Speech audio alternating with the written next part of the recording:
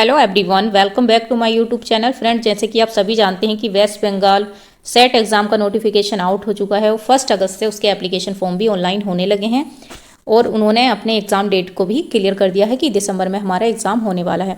तो इससे related video मैं अपलोड कर चुकी हूँ, अगर नहीं देखी है तो आप देख सकते हैं कि हमारी लास्ट डेट कब है या पेमेंट की लास्ट डेट कब है। ठीक, अब जो हम बात करेंगे इस वीडियो में वो करेंगे हम सिलेबस से रिलेटेड कि हमारा सिलेबस क्या होने वाला है। देखिए, ये जो सिलेबस है हमारा वो फर्स्ट पेपर का है, जिसको हम जनरल पेपर ऑन टीचिंग बोलते हैं and research aptitude first paper, जो कि आप किसी भी सब्जेक्ट के हो, चाहे आप सोशोलॉजी के हो, पॉलिटिकल के हो, इकोनॉमी के हैं, तो उन सबको ये पेपर देना कंपलसरी है और सबका सिलेबस भी सेम है। तो आइए बात करते हैं हम फर्स्ट पेपर के सिलेबस की। तो देखिए, ये जो हमारा सिलेबस है ये यूनिट वाइज डिवाइडेड है। देखिए, फर्स्ट जो हमारी यूनिट है वो है टीचिंग एप्टीट्यूड से। और मैं आपको एक चीज़ बता देती हूँ कि जिन लोगों ने भी यूजीसी नेट का एग्ज़ाम दे रखा है या क्रैक कर चुके हैं वो लोग, तो उनके लिए ये फर्स्ट पेपर बहुत ही इजी होने वाला है, क्योंकि जो सिलेबस सेट एग्जाम का है वही हमारे यूजीसी नेट के फर्स्ट पेपर का है। तो अगर आपने यूजीसी नेट क्लियर कर रखा है तो आपने ये सारा सिलेबस पढ़ रखा होगा, बस आपको रिवीजन की ज़रूरत पड़ेगी। ठीक, अब देखिए, यूनिट फर्स्ट है हमारी टीचिंग एप्टीट्यूड। अब टीचिंग में देखिए, हमने टीचिंग के कॉन्सेप्ट यूजीसी नेट में भी होते हैं, ऑब्जेक्टिव होते हैं, लेवल ऑफ टीचिंग होते हैं, या लर्नर की करेक्टरिस्टिक होती हैं, या इंडिविजुअल डिफरेंसेस होते हैं लर्नर के, तो वो सारे हम उसमें पढ़ चुके होते हैं। अगर हम बात करें तो जैसे ऑनलाइन और ऑफलाइन मेथड की, जैसे स्वयं प्रभा या मॉक, ये सब हम उसमें पढ़ते हैं। टीचिंग सपोर्ट सिस्टम हम उसमें पढ़ते हैं, जैसे traditional, modern and ICT based.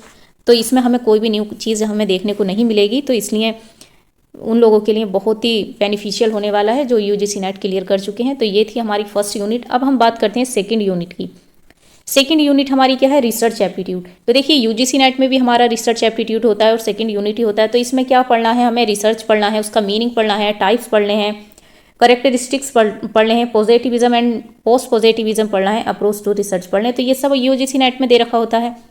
Method of research भी हम यूजीसी नेट के सिलेबस में पढ़ते हैं, जैसे experimental, descriptive, historical, qualitative and quantitative.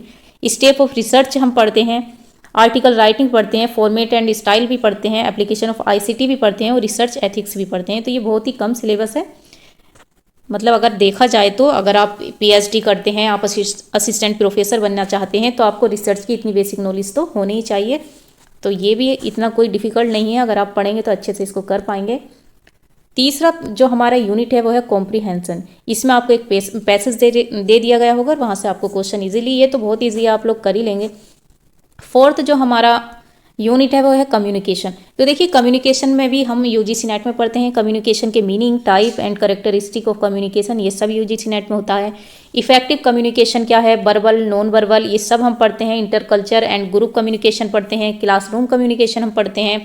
Barrier to effective communication को भी हम पढ़ते हैं। मास मीडिया एंड सोसाइटी भी हम पढ़ते हैं। ठीक, तो ये था हमारा फोर्थ यूनिट। अब हम फिफ्थ यूनिट की बात करते हैं। फिफ्थ यूनिट है हमारी मैथमेटिकल, रीजनिंग एंड एप्टीट्यूड। तो देखिए, हमारा यूजीसी नेट में ये भी होता है। टाइप्स ऑफ रीजनिंग होता है, नंबर सीरीज होते हैं, लेटर सीरीज होते हैं, कोड्स एंड रिलेशनशिप भी होते हैं। ठीक, मैथमेटिकल एप्टीट्यूड होता है fraction, time, distance, ratio, proportion and percentage, profit and loss, interest and discounting, average, ये सब हम क्या पढ़ते हैं? यूजीसी नेट के सिलेबस में भी पढ़ते हैं।